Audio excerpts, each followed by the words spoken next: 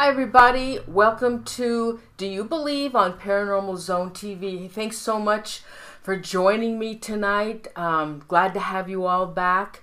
And oh, please don't forget to please subscribe to my channel and give the show a like. I'd really appreciate it. So tonight I have J. Nathan Couch back with me tonight. I'm so excited to have him back. Now, I don't know if you guys remember the show we did a couple of weeks ago with Nathan, and he's the author of Goat Man.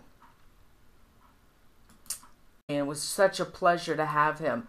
So with that, hey, Nathan, thanks for joining me again tonight. Thank you. It's great to be back. I had a lot of fun last time. I'm sure this will be just as entertaining a night. Oh, yeah. Now, Nathan has a fabulous website. It's www.jnathancouch.com, and that's where I found out that he knows all about sheep squatch, satyrs, is that satyrs? And we're gonna, satyrs, yeah. Satyrs. Yeah. And we're going to explain that to you in a little bit. But you know what? Before we start, there was something very fascinating I found on Nathan's website, and that was man mounds. And since I found this out, and I love to bring in information that I may not have known about, but and found out that I would love to pass on to you. Mounds are a fascinating mystery. So Nathan, just talk a little bit about them, because I'd really like the viewers to know about this.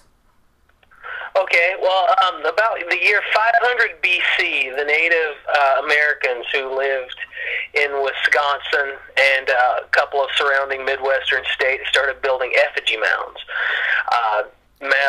Some of the mounds are simple linear shapes and conical shapes, and others represent small to enormous cats, birds, birdmen, and bears, turtles, things like this.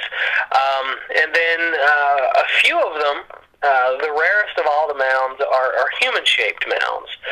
And I think I want to say around 7 or 8 of these were known to have existed. And over the years, the mounds were destroyed by European settlers and their descendants, road construction, agriculture, things like this. The majority of the man mounds were located in the Madison, Wisconsin area, what is now the Madison, Wisconsin area, and around Baraboo and in that general vicinity. And what happened was, most of them have been destroyed, but there is one really large mound that remains. I think it was the second largest. It's about 218 feet in length, and it resembles a man walking, and they call it Man Mound. Its legs were destroyed by road construction in 1909, but right after that happened, they realized that they needed to protect these mounds, so people in the county of, I forget exactly the name of the county that Baraboo's located, but they stepped in and they purchased what was remaining of Man Mound and built Mound Man County Park, and then they painted outlines of the mound's legs, so you could still kind of understand how big it was. Now, the identity of the Man Mound builders, these effigy mound builders, they're just known as mound builders, is kind of a mystery, because when European settlers first arrived in Wisconsin and discovered these mounds, they asked the current Winnebago and Potawatomi Indian population why they built the mounds. The natives at that time did not know who built the mounds and did not know the reason they were built. Of course, a lot of these Europeans began to think that because because the current population wasn't building them, that Native Americans couldn't possibly be the ones who built them. So they started concocting all these crazy theories about who might have built them. Some people were saying they were built by people from the lost city of Atlantis. Others were saying they were built by a race of Northern European people who used to live here before they were displaced by the current native population. And then I think the Mormons postulated they were built by the lost tribe of Israel. And most people agree nowadays that it was just the descendants of the current native population who built these. And what were they used for? What were they used for? Well, some of that is still kind of vague. It's assumed they were built for ceremonial purposes. A few of them were burial mounds, but not all of them. The vast majority did not have bodies in them.